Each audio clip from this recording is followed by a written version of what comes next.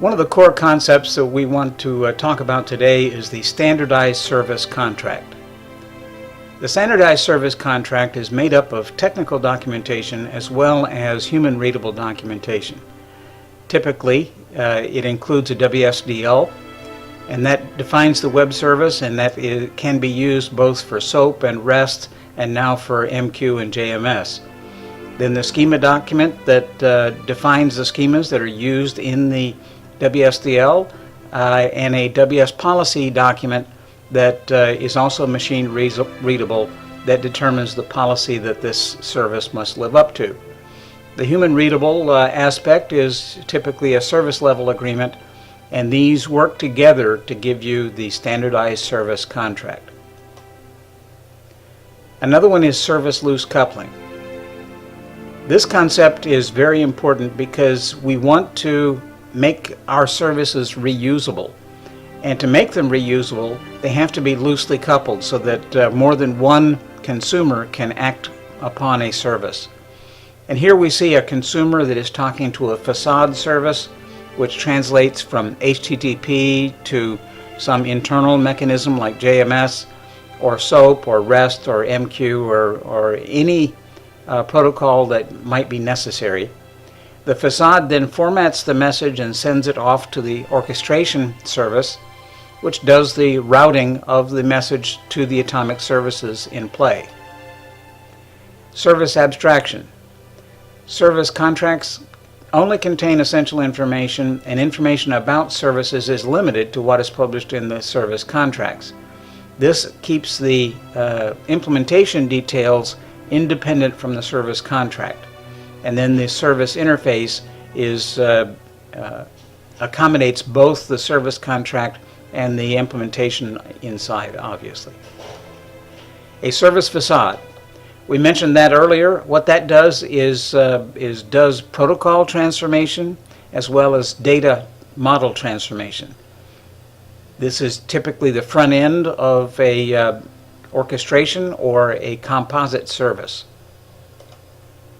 Service reuse. We consider that all of these consumer applications have different needs. They may communicate with a different protocol, or they may communicate with a different schema.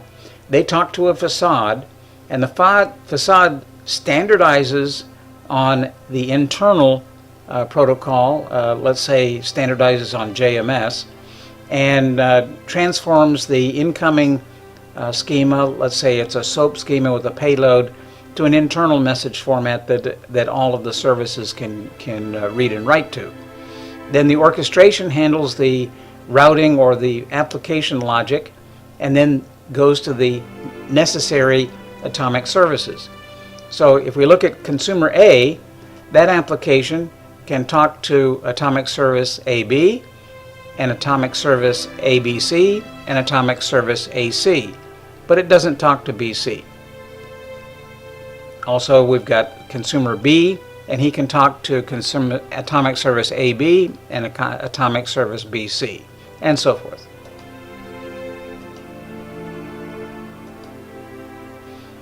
Service autonomy. Any service that has a well-defined and consistent service contract with minimal dependencies on other services is considered to be autonomous. Any service that does not compete for resources with other services may be considered autonomous. Any service that follows a self-healing or a monitored service design pattern may be considered to be autonomous. Any service that automatically scales up or out may be considered to be autonomous. Look at the Wikipedia on service autonomy principle for more details. Service statelessness. A service may be stateless in the sense that it does not maintain state beyond a specific thread instance. Applications that need to maintain state as a message payload flows through the system may use a separate state management service or a transaction service. The best practice is to make the atomic services as stateless as possible and leave the state management to a facade, orchestration, or a specific state management service. The service statelessness principle encourages services to exist as a solution unit that is capable of reverting to a stateless condition whenever appropriate. Design time governance. In this concept, the designer of the application must go to a center of excellence to review the design, to ensure that it adheres to the design criteria, the standardized service contracts, and so forth that has been set as the standard for the enterprise. And then the COE approves the design and it goes into development. After development, the runtime governance kicks in and we look at the solution that has been developed and we coordinate with operations, and then the Center of Excellence gets involved and it ensures that the application, the solution, and all of the services that are about to be deployed into production meet the standards and all of the goals that were set forth in the original design. Then it gets deployed. Service registry. There are many different service registry products available from Oracle, IBM, JBoss, and others, as well as plenty of people build their own using a NoSQL database. They all tend to serve the same purpose.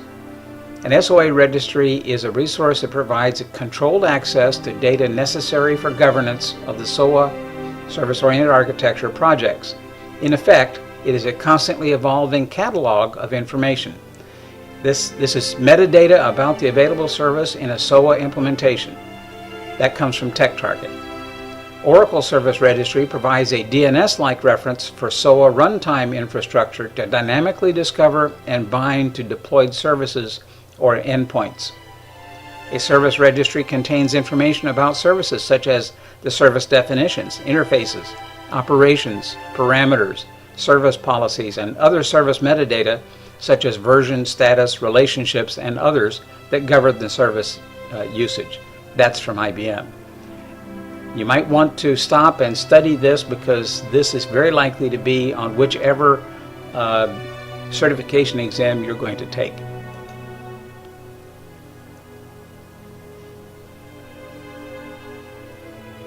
So this is from TechTarget. This is the most general.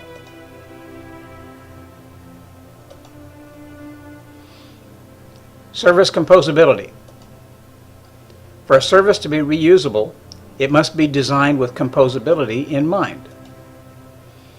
A great deal of that comes from the coordinated service contract that is done in collaboration with both the business consumers of the service and the enterprise architects that set the standards. This is also referred to as the contract first approach. Service composability relies on the collective and balanced application of other principles. You can't have something that is not autonomous but yet is composable. In support of this assessment, it can be helpful to be aware of fundamental metrics and tendencies when associated with granularity within services across service inventories. This has to do with the ability to compose a service that crosses a service inventory boundary and therefore might have a different schema or a different protocol. Service granularity. The more granular services exist within a service inventory, more services will need to be invoked in an average composition. But at the same time, service granularity adds to the flexibility because you incorporate only those services you need. Capability granularity. If services are comprised of more granular capabilities, more capabilities will need to be composed in an average composition. Again, if you have atomic services that do just one capability, then you can more finely tune the application and the resources that it consumes. So that's not a negative, it's just a fact of life. And it's something that will be listed in the various certification exams. Data granularity. Coarse data granularity tends to result in more data being transmitted through an average runtime composition instance, but that is because you typically have a large schema and you have to pass everything through so that you're not constantly storing and retrieving pieces of the message.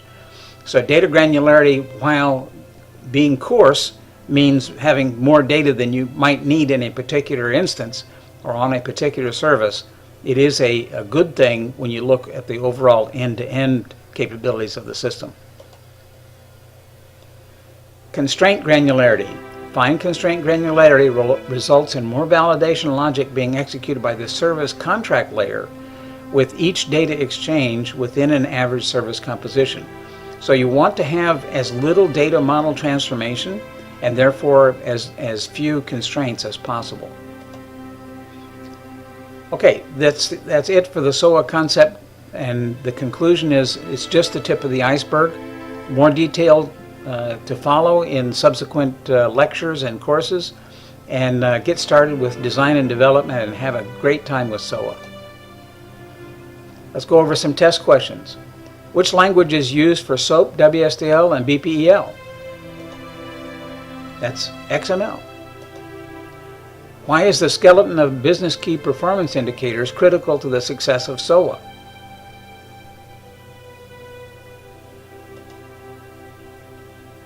The KPIs help determine whether an organization's goals have been achieved. In the context of SOA, which statement describes business process management?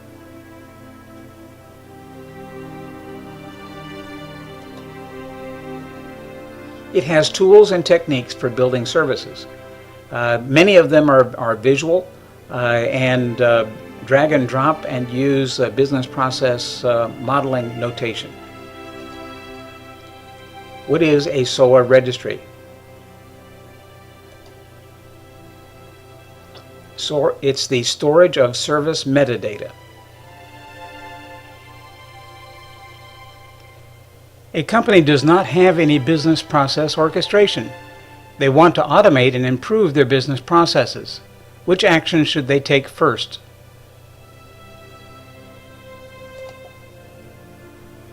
Model and simulate the processes. What do technology standards facilitate in SOA? Greater flexibility to mix vendor products. Which two pieces of information are retrieved from a SOA registry? Choose two.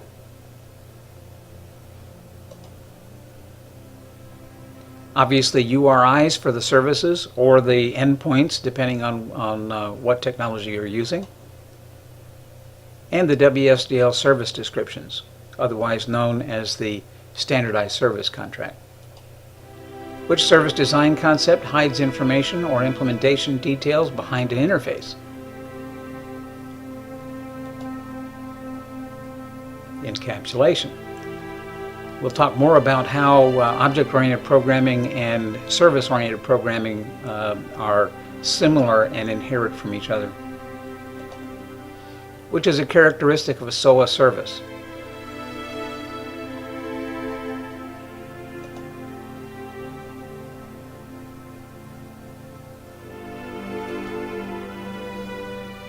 It is aligned to business needs rather than IT capabilities. Which three are common principles of SOA?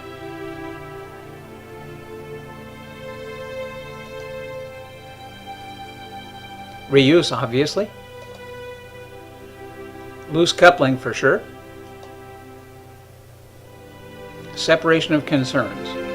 You want your services to be separate concerns.